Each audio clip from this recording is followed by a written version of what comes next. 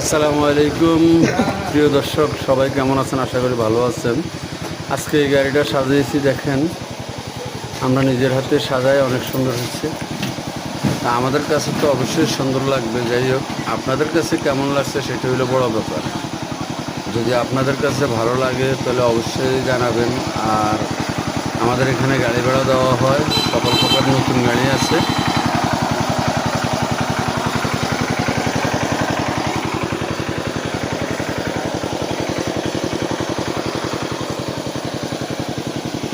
সর Ano, Ray?